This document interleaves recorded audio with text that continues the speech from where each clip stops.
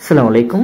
আমি আজকে আপনাকে দেখাচ্ছি এসএসসি 2025-এর ইংরেজি প্রথম পত্র সাজেশন। আসলে ভাইয়া এই সাজেশনটি খুবই গুরুত্বপূর্ণ, তবে আমার সম্পূর্ণ কথাগুলো মনোযোগ দিয়ে একটু শুনবেন। এক্ষেত্রে আশা করছি আপনার ভালো একটা উপকারে আসবে কথাগুলো। এখানে প্রথমেই রিডিং টেস্ট দেওয়া আছে। এখানে আপনাকে সিন ফ্রেসেস, আনসিন ফ্রেসেস এবং রিয়ারেঞ্জ পড়ে নিতে হবে। তো আপনি যদি বলেন ভাইয়া আপনি তো আনসিন, সিন এবং রিয়ারেঞ্জ দিলেন, বাকিগুলো আমি কী করবো রিডিং টেস্টের জন্য? অবশ্যই কোনো একটা টেস্ট পেপার অথবা কোনো একটা সাজেশন থেকে আপনাকে ওইগুলো কমপ্লিট করে নিতে হবে। তো চলুন তাহলে এখানে আমি দেখাই সিন ফ্রেসেস কী করতে হবে। সো এখানে এক থেকে আমি আপনার জন্য 18টা সিন ফ্রেসেস রেখে দিলাম। এবং আপনি যদি বলেন যে ভাই 18টা কেন, দেখুন আপনার হাতে সময় আছে আরও 3 দিনের মতো। আপনি যদি ওইটাকে 3 ভাগ করে নেন, এক্ষেত্রে 3 5 15 হয়। 3 দিনে অবসর সময়ে বসে সুন্দর করে ওইগুলো করে নিতে পারবেন। তো একটা কথা মনোযোগ দিয়ে শুনুন, আমি এই কথাটা প্রথমেই বলে দিচ্ছি, আমি আর বলতেছি না। কথাটা এইরকম হলো, 2024 সালে যদি কোনো প্রশ্ন এখান থেকে এসে থাকে তখন আপনাকে নিজ দায়িত্বে ওই প্রশ্নটা বাদ দিয়ে বাকিগুলা পড়তে হবে। সাপোজ ধরুন সিলেট বোর্ডে 2024 সালে দি ইন্টারনেট আসলো, সো তাদেরকে কী করতে হবে? অবশ্যই দি ইন্টারনেট পেজটা বাদ দিয়ে বাকি সবগুলা করে দিতে হবে। এক্ষেত্রে যে কোনো একটা পরীক্ষা চলে আসবে এবং এটা আপনারা নিজেরা নিজ দায়িত্বে বাদ দিয়ে দিবেন।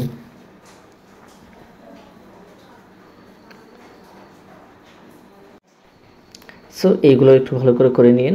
এখানে গুরুত্বপূর্ণ বলা যায় অনেক কিছুই, যে today's there are many jobs, let's save our planet, এগুলো একটু কঠিন তুলনামূলকভাবে। হিউম্যান ক্যান নিদার, তারপরে heritage, Zahir Raihan, Pritilata 26 March, it was late, এগুলো প্রতি বছরের সালে আসে ভাই। আসো এগুলো আপনাকে করে নিতে হবে, তাছাড়া কোনো উপায় নাই। আর আনসিন ফেসেসের কথা যদি এখন আমি আপনাকে বলি, তাহলে এখানে captain Mohiuddin Jahangir, Abraham Lincoln, Altaf Mahmud, the prize Nobel, তারপরে এখানে the Nobel prize, John Milton, এইগুলো Rabindranath Thakur, the great men, Munshi Abdur Rouf, এইগুলা একটু ভালো করে নিয়ে, কারণ এই সিন ফেসেস থেকে আপনার জন্য মার্ক আসবে 15, ইনফরমেশন ট্রান্সফারে 5 এবং সামারি রাইটিংয়ে 10। যদি আপনি এই ফেসেসগুলো না পড়েন তাহলে কোনো একটা মার্ক অথবা 2 মার্ক 3 মার্ক আপনার ছুটে যেতে পারে। তো সামারি রাইটিংয়ের জন্য অন্তত হলেও এগুলো একটু ভালো করে নিয়েন। তো এখানে রিয়ারেঞ্জ দেখে নিন। আসলে রিয়ারেঞ্জের যে বিষয়টা পায়, এটা প্রত্যেকেই ভয় পায়। এগুলো ভয় পাওয়ার কিছু নেই। আপনি যদি সালের যে রিয়ারেঞ্জগুলো পরীক্ষা প্রতি বছর আসে, ওইগুলো আপনি বাংলা অর্থ সহকারে পড়ে মিলাতে পারেন, এক্ষেত্রে পরীক্ষা গিয়েও পারবেন। সো প্রত্যেকটা স্টুডেন্টের উচিত আপনাদের বাংলা অর্থটা পড়ে বুঝে তারপরে এই রিয়ারেঞ্জটা কমপ্লিট করা। যদি করেন তাহলে আশা করছি আপনারা পরীক্ষা পারবেন। তাছাড়া এখানে যেগুলো দিয়ে আছে রিয়ারেঞ্জ, এই প্রত্যেকটা রিয়ারেঞ্জ যদি আপনি প্র্যাকটিস করেন, আশা করছি এখান থেকে যে কোনো একটা পরীক্ষায় চলে আসবে।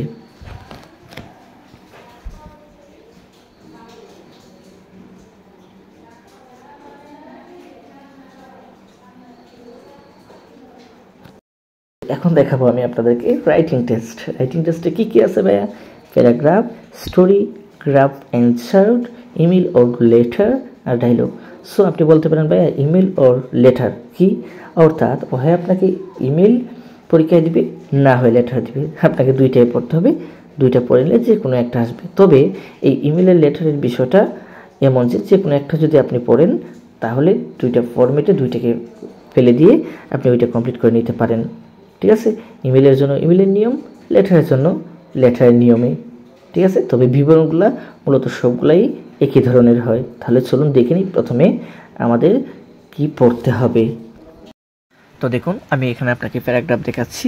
তো আমি প্যারাগ্রাফ যেগুলো দিয়ে দিলাম, এগুলোকে আপনি একটা কাজ করতে পারেন, একটা ফরম্যাটে ফেলে দিতে পারেন। এখন আপনি যদি বলেন যে ভাইয়া ফরম্যাটে ফেলে তো মার্কস বেশি পাওয়া যায় না, তাই না? 6 দিবে অথবা 7 দিবে, তাই না? তো আমি আপনাকে বলবো যে আপনি ফরম্যাটে যদি না ফেলতে চান, আপনি ভালো স্টুডেন্ট হয়ে থাকেন, আপনি বানিয়ে লিখতে পারেন, এক্ষেত্রে আপনি কী করতে পারেন? ওইটা বানিয়ে লিখবেন। আর যদি বানিয়ে নাও লিখতে পারেন, আপনি চান যে সবটা মুখস্থ করতে, তাহলে প্রত্যেকটা প্যারাগ্রাফের আপনি 5 থেকে 6টা লাইন পড়ে নিয়ে ওই ফরম্যাটটা এখানে ইউজ করে দিবেন। এক্ষেত্রে একটা স্ট্যান্ডার্ড মার্কের একটা প্যারাগ্রাফ হয়ে যাবে, তখন আপনি ওইটাতে একটা ভালো মার্কস পেয়ে যাবেন। আর স্যারা যখন দেখবেন ওইটাতে প্রথমেই আপনি ভালো কিছু লিখছেন, তখন আপনাকে কি করবে? ওনারা ভালো একটা মার্ক দেওয়ার সিদ্ধান্ত নেবে। সো এখানে 1 থেকে 7 পর্যন্ত আপনারা একটা ফরম্যাটে ফেলে প্রত্যেকটার জন্য 5 থেকে 6 লাইন করে পড়ে নিতে পারেন। অর্থাৎ আমি যদি বলি ওইটা বেডসাইড প্যারাগ্রাফের টাইপে পড়বে। তারপর স্কুল লাইব্রেরি, স্কুল ম্যাগাজিন ওইটাও বানিয়ে লেখার মতো আপনারা যারা মুখস্থ করতে পারেন মুখস্থ করে নিন। তারপর বুক ফেয়ার এবং ট্রি প্লান্টেশন, তো এইগুলো একটু পড়ে নিন। তবে একটা কথা আমি আবারও আপনাদেরকে বলে দিচ্ছি, 2024 সালে যেটা আপনার বোর্ডে আসছে ওইটা আপনি বাদ দিয়ে পড়বেন। ধরুন আমি সিলেট বোর্ডের কথা বললাম, সিলেট বোর্ডে কি আসলো, বুক ফেয়ার আসলো, ওই বুক ফেয়ারটা বাদ দিবেন, বাকিগুলো আপনি পড়ে নেবেন।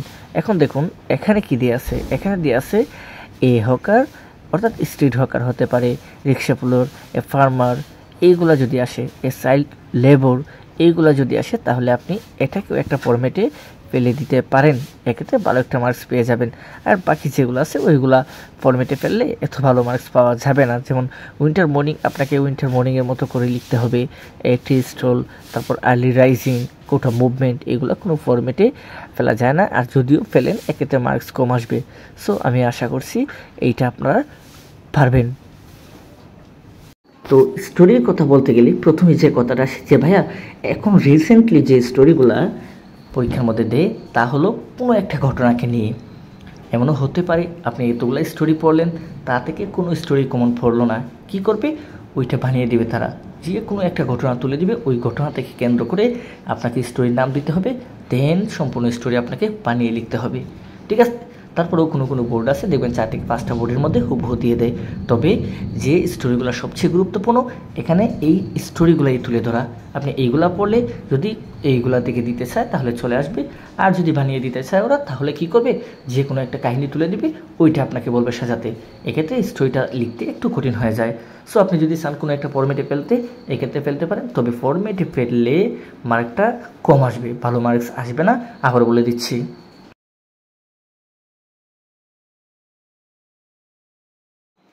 তো আমি এখানে আপনাকে দিক নির্দেশনা দিয়ে দিলাম। দেখুন স্টোরি দুইভাবে আসতে পারে, একটা আসতে পারে আপনি বিগত বছরে পড়ছেন এমন স্টোরি, আর অন্যটা আসতে পারে আপনার পড়া ছাড়া, তা যে কোনো একটা গল্প বুঝে বানিয়ে লেখার জন্য বলতে পারে। ঠিক আছে, সো অবশ্যই আপনাকে এই দিক দিয়ে কিছুটা সতর্কতা অবলম্বন করতে হবে। তো আসলে ভাই এখানে গ্রাফ ছাড় দিয়ে আছে তাই না, এখানে আমি 1 থেকে 8টা গ্রাফ ছাড় দিয়ে দিলাম, আপনি ইজিলি এগুলো পড়ে নিতে পারেন। তবে গ্রাফ ছাড়ের নিয়ম জানলে আমরা যে কেউ লিখতে পারি তাই না, কখন বাড়াতে হবে, কখন কমাতে হবে, কখন মাইনাস করতে হবে, ঠিক আছে, এগুলো জানলেই আপনি গ্রাফ ছাড়টা পড়ে ফেলতে পারবেন বা পরীক্ষায় করতে পারবেন। তারপর দেখুন এখানে ইনফর্মাল লেটার দিয়ে আছে, birthday gift, describing your country, physical exercise, preparation for SSC exam, plan for SSC exam, after to do SSC exam. এই তিনটা মাস্ট আপনাকে দেখতেই হবে, কারণ এই তিনটা খুবই খুবই গুরুত্বপূর্ণ। 4, 5, 6 অর্থাৎ প্রিপারেশন, প্ল্যান আর after to do SSC exam, এবং বাকিগুলো যদি আপনি পড়ে নেন এক্ষেত্রে কী হবে, ডায়লগ লিখতে গিয়ে আপনার জন্য বিষয়টা ইজি হয়ে যাবে। তো দেখুন আমি এখানে ওর দিয়ে ইমেল দিয়ে দিলাম। আপনি বলতে পারেন ভাই ইমেল কেন দিলেন, আসলে ইমেলের নিয়ম আর লেটারের নিয়ম প্রায় সেম তাই না, লেটারে জাস্ট কাম আঁকতে হবে, ইমেলে কাম আঁকতে হবে না, ইমেলের নিয়মে করতে হবে। তবে বিবরণগুলো মোটামুটি সেম, নিয়মটা দিয়ে বিবরণগুলো একই টাইপে সাজানো যায়। এখানে যেগুলো দিয়ে আছে এগুলো খুবই খুবই গুরুত্বপূর্ণ। তো এক্ষেত্রে আপনাকে অবশ্যই দেখতে হবে 2024 সালে কোনটা পরীক্ষায় আসছিল আপনার বোর্ডে, এক্ষেত্রে ওইটা বাদ দিয়ে বাকিগুলো পড়ে নেবেন, আশা করছি তা থেকে হুবহু কমন চলে আসবে ইনশাল্লাহ। এখন দেখুন এখানে রাইটিং ডায়লগ দিয়ে আছে, এই ডায়লগ চাইলেও আপনি ওই যে বেড সাইড গুড সাইড আছে না, দুইটা ফরম্যাট, এই ফরম্যাটে ফেলতে পারেন। তবে আপনারা জানেন ফরম্যাটে ফেললে অবশ্যই আপনাকে মার্ক কম দিবে। এক্ষেত্রে আপনাকে কি করতে হবে, আপনাকে এমনভাবে ফরম্যাটটাই লিখতে হবে যাতে করে বোঝা না যায় ওইটা আপনি ফরম্যাটে ফেলছেন। এক্ষেত্রে upcoming SSC exam, after to do SSC exam খুবই খুবই গুরুত্বপূর্ণ, এবং বাকিগুলোও গুরুত্বপূর্ণ। এখানে সবগুলো এই সালের প্রশ্ন আসা, এবং আমি সাল থেকেই আপনাদের এখানে তুলে ধরলাম। ঠিক আছে, সো এইগুলা আশা করছি আপনি খুবই ভালো করে পড়ে নেবেন, এবং এইটা আপনার পরীক্ষার জন্য সহায়ক হবে বলে আমি মনে করছি ইনশাল্লাহ। আবার এখানে আমি আরও কয়েকটা দিয়ে দিলাম, reading news paper, effect of smoking, illiteracy problem, tree plantation, learning English or computer road accident. So এইগুলা গুরুত্বপূর্ণ আছে, আশা করছি এইগুলা পড়লে কমন চলে আসবে। তো এইরকম ভিডিও আর কোন কোন বইয়ের জন্য আপনার প্রয়োজন হবে অবশ্যই আপনাকে কমেন্ট করতে হবে, এবং আপনি কমেন্ট করলে আমি অবশ্যই আপনাদের জন্য একটা সাজেশন রেডি করে দিব। ঠিক আছে, এবং এই ভিডিওটা সব বন্ধুদের কাছে শেয়ার দিয়ে দিবেন, এবং নতুন হয়ে থাকলে আমার এই চ্যানেলটি সাবস্ক্রাইব করে দিবেন। সবাই ভালো থাকবেন, সবার জন্য দোয়া রইল। আল্লাহ হাফিজ।